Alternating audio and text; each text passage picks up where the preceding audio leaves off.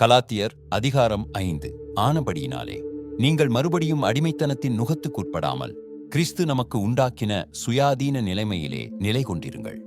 இதோ நீங்கள் விருத்த சேதனம் பண்ணிக்கொண்டால் கிறிஸ்துவினால் உங்களுக்கு ஒரு பிரயோஜனமும் இராது என்று பவுலாகிய நான் உங்களுக்குச் சொல்லுகிறேன். மேலும் விருத்த சேதனம் பண்ணிக்கொள்ளுகிற எந்த மனுஷனும் நியாயப்பிரமாணம் முழுவதையும் நிறைவேற்ற கடனாளியாயிருக்கிறான் என்று மறுபடியும் அப்படிப்பட்டவனுக்குச் சாட்சியாகச் சொல்லுகிறேன். நியாயப்பிரமாணத்தினால் நீதிமான்களாக விரும்புகிற நீங்கள் யாவரும் கிறிஸ்துவை விட்டு பிரிந்து கிருபை நின்று விழுந்தீர்கள். நாங்களோ நீதி கிடைக்கும் என்று ஆவியைக் கொண்டு விசுவாசத்தினால் நம்பிக்கையோடே காத்திருக்கிறோம்.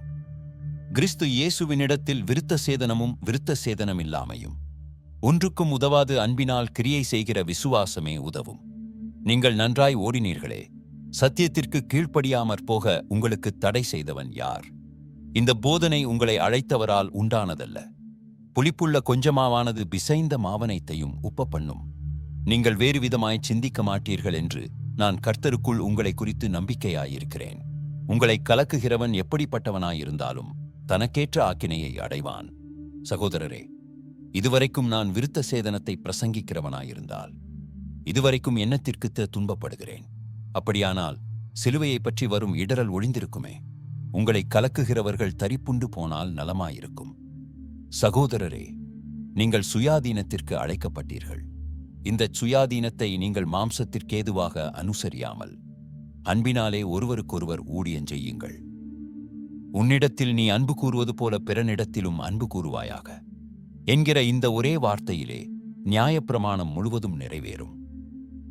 நீங்கள் ஒருவரையொருவர் கடித்து பட்சித்தீர்களானால் அழிவீர்கள்.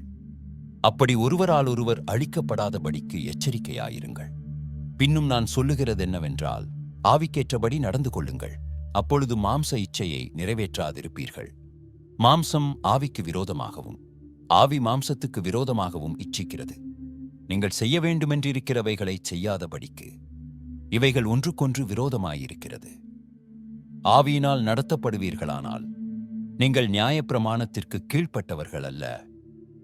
மாம்சத்தின் கிரியைகள் வெளியரங்கமாயிருக்கின்றன.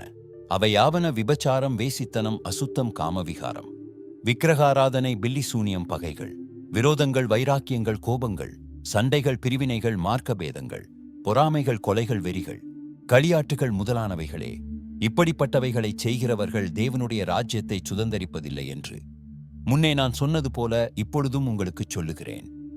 ஆவியின் கனியோ அன்பு, சந்தோஷம், சமாதானம், நீடிய பொறுமை, தயவு, நற்குணம், விசுவாசம், சாந்தம், இச்சையடக்கம். இப்படிப்பட்டவைகளுக்கு விரோதமான பிரமாணம் ஒன்றுமில்லை. கிறிஸ்துவினுடையவர்கள் தங்கள் மாம்சத்தையும் அதன் ஆசை இச்சைகளையும் சிலுவையில் அறைந்திருக்கிறார்கள். நாம் ஆவியினாலே பிழைத்திருந்தால் ஆவிக்கேற்றபடி நடக்கவும் கடவோம். வீண் புகழ்ச்சியை விரும்பாமலும் ஒருவரையொருவர் கோபமூட்டாமலும் ஒருவர் மேல் ஒருவர் பொறாமை கொள்ளாமலும் இருக்க கடவோம்.